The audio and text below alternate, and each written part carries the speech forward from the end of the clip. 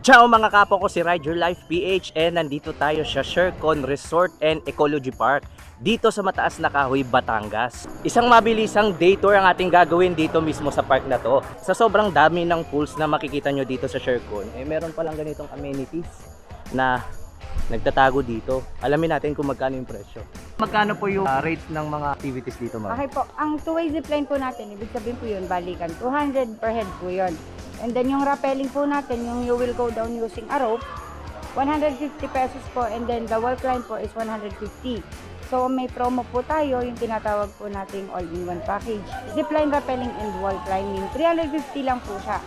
So parang magiging libre po yung isa. Pinalaw nila tayo dito na tignan tong nasa taas na to, basta magsusuot lang tayo nitong safety hat nila.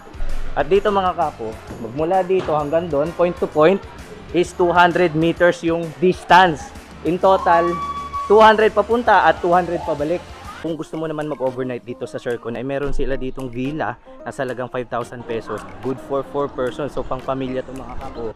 At may malapit na napakagandang pool. Sa sobrang lawak nitong Shercon na may kabuang 20 hectares ay hindi ko makita yung hinahanap kong maze. At buti na lang dito sa Shercon ay may mapa. Tingnan natin kung saan natin makikita yung maze na yun. Dito tayo.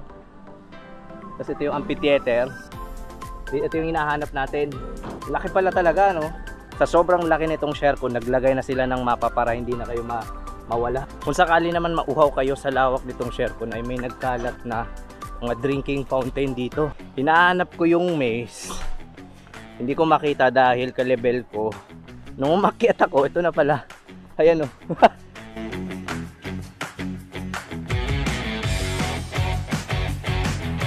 So susubukan natin itong ngayong maze na to.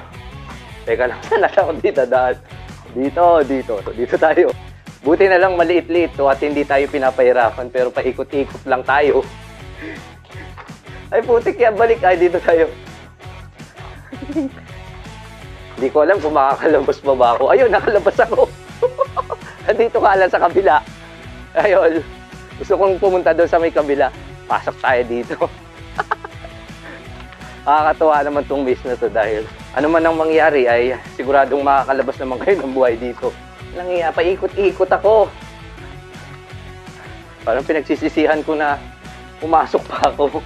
Dito sa adventure na to ay kasama ko yung mga kabanda ko ng college. Ayan, unang nakalabas si Kero, ng aming vocalista. So saan tayo pupunta ngayon?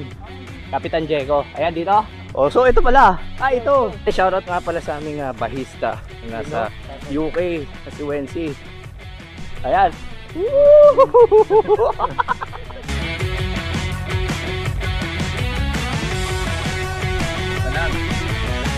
Ito yung infinity pool na nakaharap mismo sa Taal View.